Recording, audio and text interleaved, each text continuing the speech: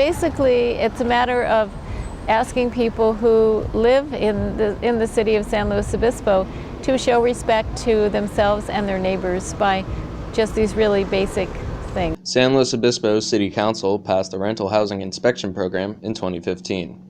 Mayor Jan Marks says it was necessary to protect renters and ensure health and safety standards in rental units. So I'm really concerned about the student population, the rental population in general, but I think the students are especially vulnerable because it may be the first place outside of home or a dorm where they've actually had to live in a community and kind of fend for themselves. So, you know, I really feel that the rental situation here, the market, is exploiting the students. It's not a feel-good situation if a landlord is not maintaining a unit up to a legal standard. That is not a feel-good situation for the city or for the tenant.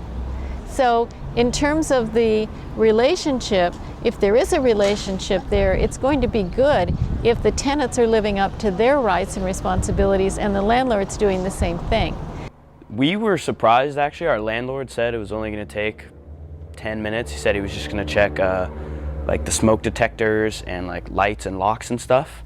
But they actually did like a full inspection. They checked heater, they checked locks, they checked screens, vents, they checked the whole backyard. They even went behind the garage, they checked the garage. I mean, they checked all kinds of stuff. So it took half hour, I'd say. Vice Mayor and City Councilman Dan Carpenter says many items that are inspected are not health and safety issues.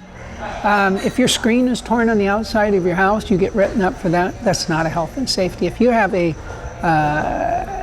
piece of your paneling on your roof that is off, you get written up for that. That's not a health and safety. So it got carried way too far. To me, it's an environment of overregulation. Enough is enough. The lady told me it's very rare for it to be as smooth as it went with us. She said most landlords are annoyed about it. There was outrage against this from landlords and tenants, were there outrage that we were going to, without cause, enter people's homes, and the money grab they felt. I don't really know what they're looking for.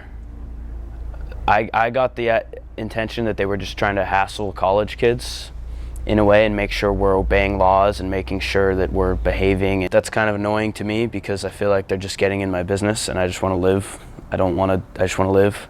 I don't want people bothering me. Jan Marks says city ordinances do not target students. Students are not being singled out, and that would be illegal and ethically reprehensible as far as I'm concerned. Everybody who lives in the city is a resident and deserves respect, for sure. On the other hand, Dan Carpenter says that students are being targeted. I mean, let's be honest. Of course it's targeted to the students. I mean, I'd be disingenuous if I said it wasn't. While we do cover everybody, I believe the origin of it comes to address students. We wouldn't have a noise ordinance if we didn't have students in town. We wouldn't have a trash can ordinance if we didn't have students in town. We wouldn't have an unruly gathering ordinance. We wouldn't have those triple fees on those weekends if we didn't have students. So while it covers everybody, most of the violations are created by students because they're targeted towards students. Marks and Carpenter do agree on one thing, that on-campus housing will help the rental market in the city.